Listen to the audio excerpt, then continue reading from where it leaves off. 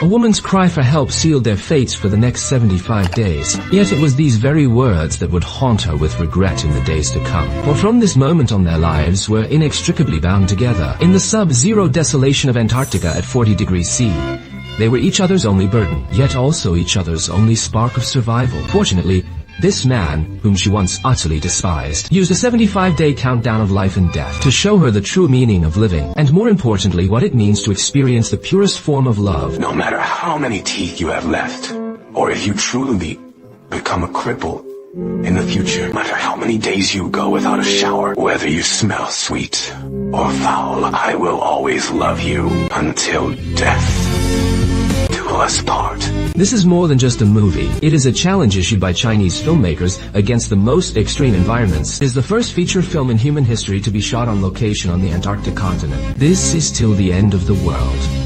The story begins on a small chartered flight to Antarctica with the protagonist Wu Fukun. A typical nouveau riche, he intends to expand his wedding business to the frozen continent. Dressed in designer labels, his every word and gesture flaunts his wealth and success. Fukun is a character who believes money is omnipotent, thinking that everything in the world can be appraised and commercialized, including Antarctica, the world's last pure land. This sets up a starkly contrasting starting point for his eventual transformation. His complete opposite is Jin Ruyi. He is a high-altitude physicist with a cold, calm, and focused demeanor. She is here for a scientific project waiting for the polar night to fall, to observe and study her lifelong passion, the aurora. She feels a deep-seated repulsion toward Wu Fukun's vulgarity. She didn't even bother to return his handshake. As the plane flew deep into the heart of Antarctica, a sudden blizzard struck, swallowing the entire aircraft in an instant. The pilot tried to force a climb to break through the clouds, but to no avail. Ultimately, the plane's right wing struck a towering iceberg looming in the storm. The engine immediately caught fire, and the powerful airflow even sucked the pilot out of the cabin, leaving the plane completely out of control. It plummeted straight down toward the Antarctic ice sheet. After an unknown amount of time, Wu Fukun woke from the violent impact and unconsciousness. The other passengers showed no signs of life then amidst the wreckage.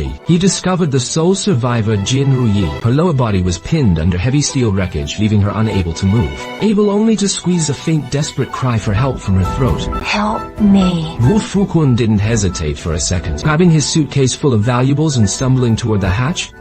Escape alone. He had only one thought in mind to survive. This moment is a raw interrogation of human nature by the film. The director didn't shy away from such inglorious human frailties, which only makes the subsequent plot even more powerful and moving. Perhaps his conscience awakened at the last moment. He resolutely threw away his suitcase and turned back, exerting every ounce of his strength, used a tool he found to pry open the heavy steel plate. Just seconds before the plane was completely submerged, Fukun dragged Ruyi out from the abyss of death by sheer force. They survived. But they were merely alive from this moment on. The lives of these two people from different worlds became tightly bound together by an invisible thread of fate. In Antarctica, a brief lull in the wind doesn't mean safety. Instead, it may be the harbinger of an even greater disaster. With her extensive scientific experience, Ruyi keenly observed the horizon. Sensing the approach of danger from the changing cloud patterns, ignoring the agony of her broken leg, she decisively directed the bewildered Fukun. This underscores the absolute value of knowledge in extreme environments. Though Ruyi was physically incapacitated, her mind became the key to their mutual survival. She knew of the Antarctic katabatic winds, storms with extreme velocities, and freezing temperatures, digging a snow cave in the open. Thus indeed the only effective primitive form of shelter. Finally, before the gale completely engulfed the land, they huddled into a narrow snow cave and narrowly managed to survive. After the storm, the sky returned to a state of desolately pure clarity. Searching for any possible way to contact the outside world, Fukun decided to climb to the summit of the highest nearby snow mountain. He naively fantasized that he might catch a faint signal from the heights, but the signal bars on his screen remained dead silent. In a fit of rage and despair, he roared at the heavens and hurled his phone away with all his might. But due to the excessive force, he slipped and tumbled awkwardly down from the peak. Yet this seemingly fatal fall unexpectedly revealed a glimmer of hope for survival. The foot of a nearby slope, there stood an abandoned cabin buried under the snow. Meanwhile, Ruyi, who had stayed behind, faced a new crisis. A flock of predatory South Polar skuas, after scavenging the remains of another deceased passenger, turned their greedy eyes toward the immobile Ruyi. The skua is a vital scavenger in the Antarctic food chain. Their presence is a manifestation of nature's cruel laws. This scene also underscores Ruyi's vulnerability. and her total dependence on Fukun. Just as the skuas were about to attack, Fuchun rushed back in time, driving the flock away. He gave the deceased a simple burial in the snow, preserving their final dignity. Then he hoisted Ruyi onto his shoulders and struggled toward the cabin. Ruyi's tibia had been severely fractured in the crash. The displaced bone had even pierced through her skin. Ruyi realized that if the bone wasn't reset immediately, it would lead to extensive muscle necrosis and infection. The end result would be either amputation or death. With no medical experience, Fuchun had to steel himself and follow Ruyi's instructions. Amid Ruyi's heart-wrenching screams, he used sheer brute force to snap the dislocated bone back into place. The horrifying sound of bones grinding was followed by Ruyi fainting from the excruciating pain. The visceral realism of this scene is unsettling, yet it is crucial. It forcibly shattered the final barriers between them, forging a bond of life and death trust that transcends language and status. After setting the bone, an awkward physiological issue arose. Unable to move, Ruyi needed to use the toilet but found it too embarrassing to mention. Fu Hun instantly sensed her predicament and without a word took a saw to cut a hole in the wooden bed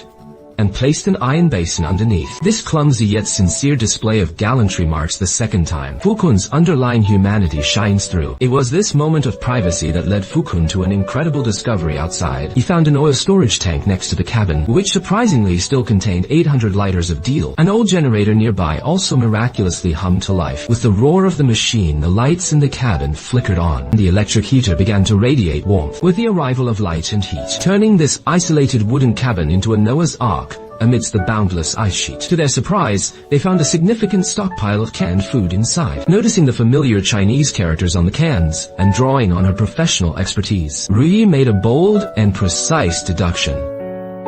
Maybe we are only 20 kilometers away from China's Aurora station. But lurking behind that hope lay a deeper sense of despair. This peninsula, flanked by the sea on three sides with no navigation equipment, covering 20 kilometers, was like searching for a needle in a haystack. The cold calculations of survival were laid bare. Ruyi calculated that with only 800 liters of diesel, even if used sparingly for heating, it would last 75 days at most, and after those 75 days, Antarctica would transition from polar day to polar night. Temperatures would plummet off a cliff. Without diesel for heating, they would be frozen alive. Faced with this grim countdown, Fukun's inherent stubborn tenacity was fully ignited. Fukun is to death. Then we'll find it within 75 days. I refuse to believe it can't be found. I'd rather damn well die trying on the road. Wu Fuhun became the trailblazer while Jin Ruyi served as the strategist back at base. On his first expedition, Fukun still held a bit of a tourist's curiosity, finding everything in Antarctica to be a novelty.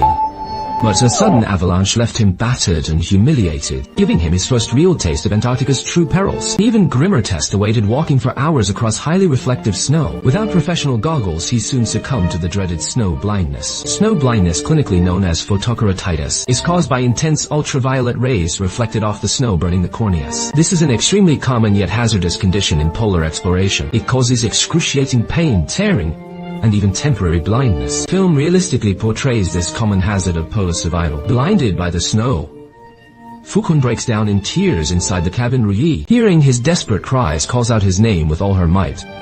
Fukun. Her voice acts as a beacon of light, guiding him through the darkness as he crawls back to their only sanctuary. Later, Ruyi meticulously crafts a pair of snow goggles from fabric to protect him. This small gesture is filled with deep care and tenderness. During his second trek, while returning with fish to nourish Ruyi, he unexpectedly plunges into a bottomless crevasse. Fortunately, he lands on an ice ledge, narrowly escaping certain death. For a moment he is tempted to give up, but the thought of Ruyi waiting for him in the cabin transforms his longing into a fierce instinct for survival. With only a small ice axe, he painstakingly carves into the ancient ice, hewing out a path to life with his bare hands. Inside the cabin, having waited for 4 agonizing days and nights, Ruyi sinks into utter despair. The snapping of the generator's pull cord becomes the final blow. That breaks her will to live. She calmly picks up a sharp can lid and slits her wrist. The director employs a classic parallel editing technique here, juxtaposing their dual descents into darkness.